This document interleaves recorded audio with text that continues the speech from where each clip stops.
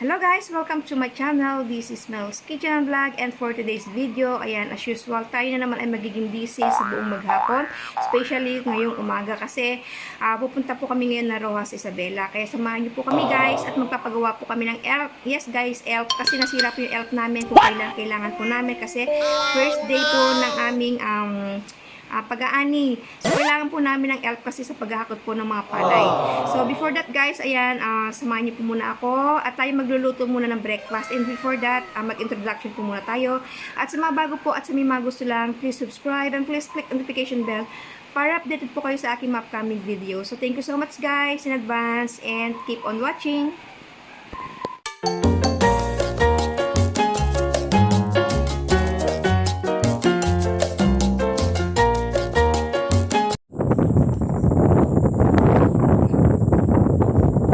Ready na ating breakfast guys. Ayan, si kaldero, nasagap na naman siya.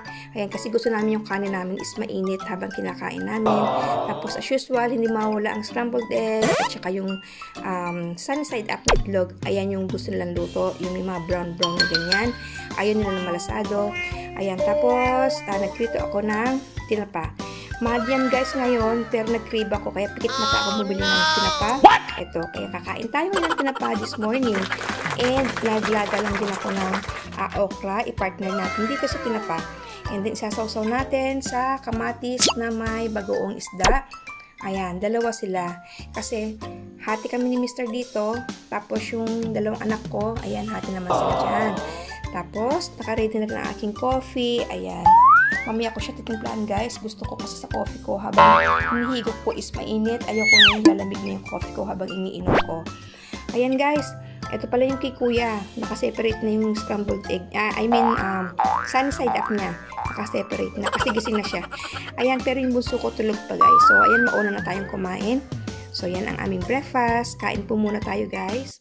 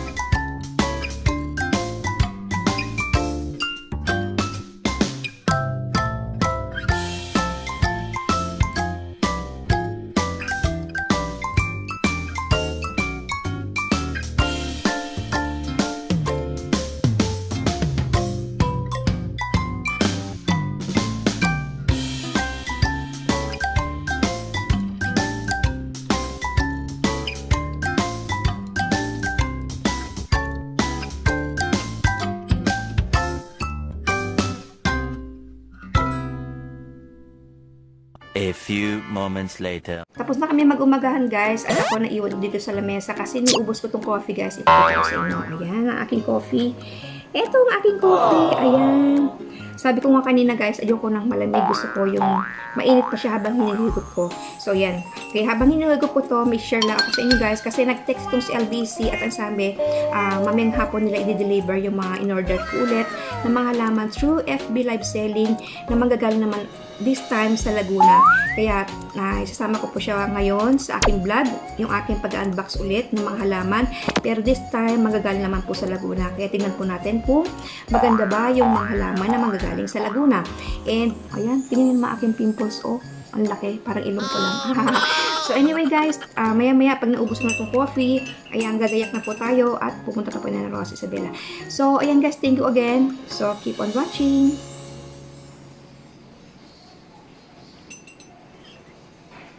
An hour later. Yun yung mga mag-aapa ko guys. Papagawa namin tong elf namin kasi nga Anihan na. kailan anihan, saka naman sinumbong tong elk namin. Kaya yan ipapagawa ni Mr. Yan si Kuya. Kaya ito sinumag na yun si Daddy. Tapos, idadaan lang namin itong elk guys. Tapos, maya-maya, diretso na kami ng Rojas. Kasi bibili ako sa glit ng iluluto ko. Ibabaon nila sa bukid. Kasi nga anihan na guys. Ayan, kapakain sa mga tao. Sa mga nag-reaper at sa mga maghahakot ng palay. Okay guys, mamaya ulit. Ingin mo anak ko.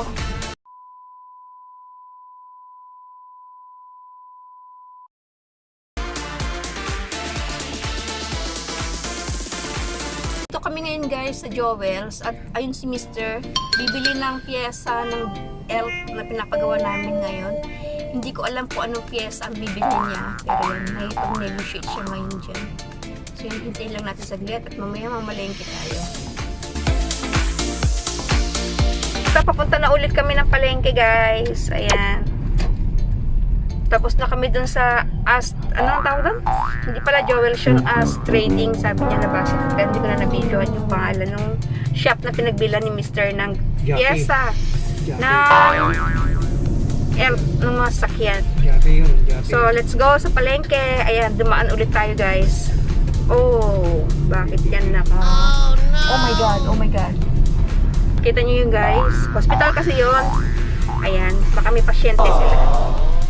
Ayan, it's busy day again here in Roas, Isabela. Bibili lang ako ng ipapakain ko nga guys. Bibili lang ako ng manok tsaka bunga na ang palaya. Yun lang iluluto ko. Pangmadalian kasi anong oras na guys, oh. 2.5 kilos daw na manok. Ayan, akala ko pati yung reaper, yung magre-reaper ng mga tao sa bukid, yung pala hindi, yun lang magbibilad. Ayan. Oops. Okay, nagwi-wiggle-wiggle tayo, oh. Ogi.